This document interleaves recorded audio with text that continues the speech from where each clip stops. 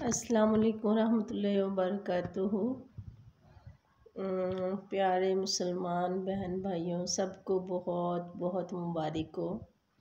دوسرا عشرہ بھی روزوں کا جو ہے وہ خیریت کے ساتھ گزر گیا۔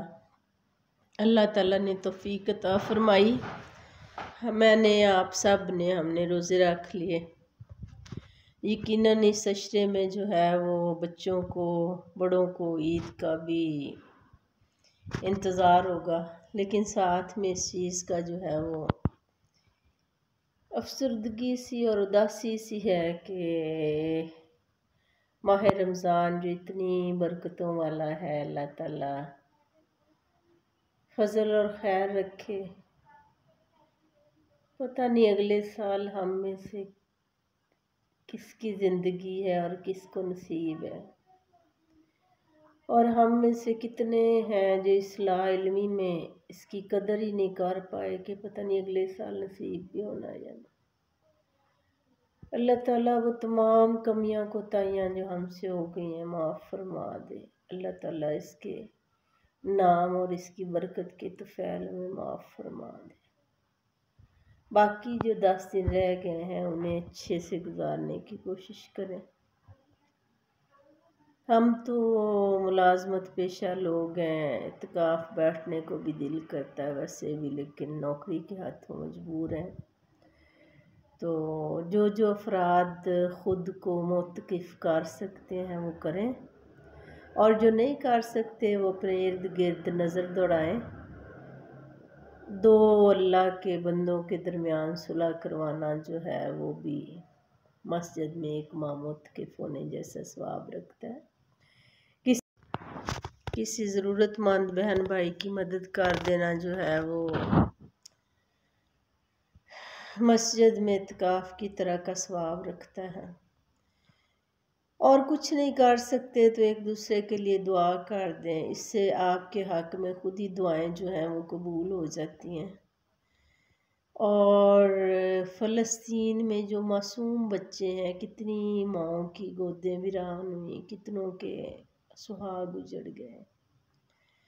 اللہ جانے یہ نان مسلم جو ہیں وہ ہم سے کس چیز کی نفرت کرتے ہیں۔ ہم تو ہر لحاظ سے ہی ہر دور میں ہی خیر خواہ ہیں۔ اللہ تعالیٰ نے الحمدللہ ہمیں وہ مذہب نصیب فرمایا جس میں جاندار کو بھی اذیت دینے سے منع کیا گیا، یہاں تک کہ کبھی ہماری قرآن پاک کتاب جو ہے جس پہ ہم سارے یقین رکھتے ہیں، ان کا اور حدیث کا تو مطالعہ کر کے دیکھیں نا۔ ایمان لے آئیں بہتر ہے، نہیں بھی لاتے تو جیسے باقی کتابیں پڑھتے ہیں، یہ نان مسلم جو ہے یہ ہماری وہ کتابیں تو پڑھیں جس پہ ہم ایمان رکھتے ہیں، جو ہماری اخلاقیات کرتی ہے، جو ہماری تربیت کرتی ہے۔ ہمیں تو یہاں تک منع کر دیا گیا کہ کسی بھی ایک انسان کا ناحق قتل کرنا پوری انسانیت کے قتل کے برابر ہے۔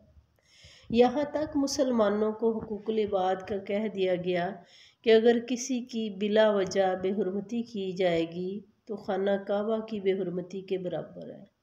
ہمارے تو مذہب کا سارے کا سارا تقدس ہی انسانیت اور اس کے احترام میں ہے، پھر ان پہ اتنا ظلم جبر۔ چھوٹے معصوم بچوں کے پاس فیڈر کی بجائے راکھ ہے، اور وہ ماں کا دودھ پینے ماں کے فیڈ کی بجائے وہ پیاس سے بلک رہے ہیں۔ چلے اور کچھ ہم نہیں کر سکتے تو جتنی بھی کولڈ ڈرنکس ہیں نا، ہمیں ایک میسیج تو دینا چاہیے کہ ہمارے بہن بھائیوں کے ساتھ زیادتی ہو رہی، اس کو بند کریں۔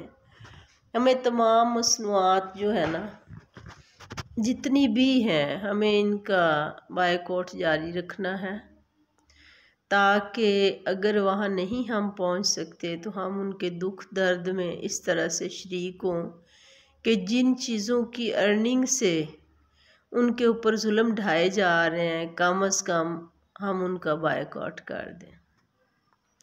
ویسے بھی یہ چیزیں ہیں صحت کے لیے اچھی نہیں ہیں، ساری کولڈ ڈرنکس چھوڑ دیں،